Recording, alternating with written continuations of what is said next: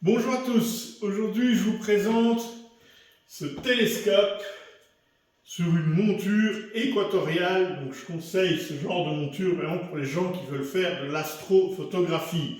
Parce qu'une monture équatoriale, en l'occurrence ça c'est une EQ5 avec un GoTo intégré, des moteurs de suivi. C'est super pour faire de l'astrophoto, mais c'est lourd, c'est très long à mettre en œuvre, il faut faire une mise en station très précise, c'est très compliqué.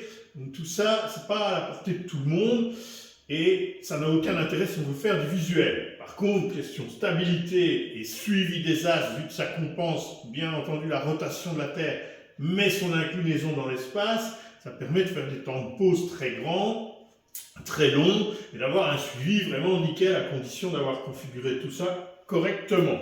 Donc, le Q5 GoTo, elle a une raquette de commande pour pouvoir sélectionner les objets. On sélectionne, une fois qu'on l'a bien calibré, Galaxy M31.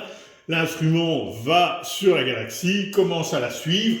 Ça permet de venir mettre un appareil photoréflexe ou une caméra dédiée sur l'instrument, d'ouvrir l'appareil pendant plusieurs secondes voire minutes et de prendre des photos, surtout donc du ciel profond. Ce tube, c'est un tube Skywatcher évidemment, comme la monture, c'est un tube de Newton, 200 mm de diamètre par 1000 de focale, donc ça fait f5, c'est le rapport FD, c'est un rapport FD très court, donc vous avez beaucoup de champ.